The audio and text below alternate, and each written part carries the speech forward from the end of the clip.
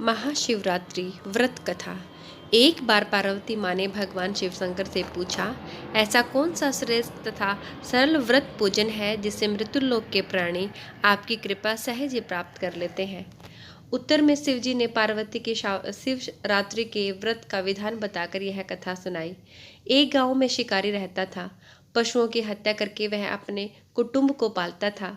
वह एक साहूकार का ऋणी था, लेकिन उसका ऋण समय पर न चुका सका। क्रोधवश साहूकार ने शिकारी को शिवमठ में बंदी बना लिया। संयोग से उस दिन शिवरात्रि थी। शिकारी ध्यानमग्न होकर शिव संबंधी धार्मिक बातें सुनता रहा। चतुर्दशी को उसने शिवरात्रि की कथा भी सुनी। संध्या होते ही साहूकार ने उसे अपने पास बुलाया और ऋण चुकाने के विषय में बात की। शिकारी अगले दिन सारा ऋण लौटा देने का वादा देकर बंधन से छूट गया। अपनी दिनचर्या की भांति वह जंगल में शिकार के लिए निकला, लेकिन दिन भर बंदी गृह में रहने के कारण भूख प्यास से व्याकुल था। शिकार करने के लिए वह एक तालाब के किनारे बेल वृक्ष पर पड़ा बनाने लगा। बेल वृक्ष के नीचे शिवलिंग था जो बिलपत्रों से ढका हुआ था। शिकारी को उसका पता न चला।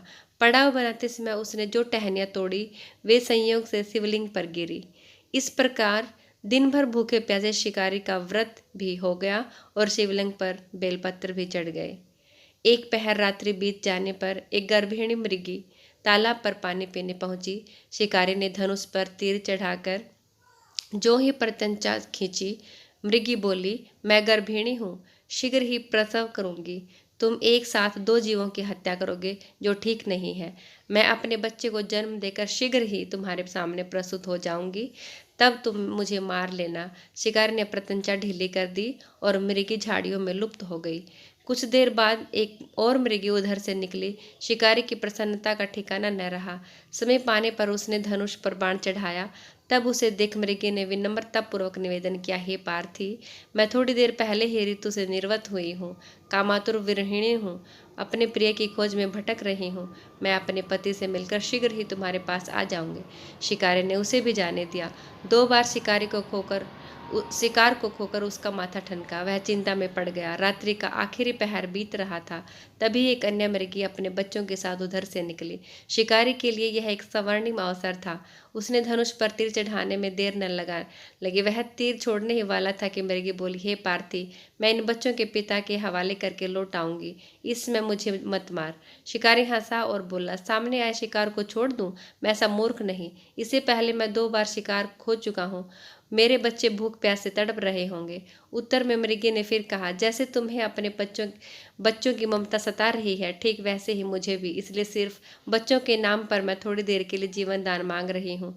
पार्थी, मेरा विश्वास करें, मैं इनके पिता के पास छोड़कर तुरंत लौटकर अपनी प्रतिज्ञा पूरी करती हूँ। मृगी का दीन स्वर सुनकर शिकारी को उस पर दया आ गई। उसने उस मृगी को भी जाने दिया। शिकार के अभाव में बेल वृक्ष पर बैठा शिकारी बेलपत्र तोड़ तोड़ कर नीचे फेंकता जा रहा था।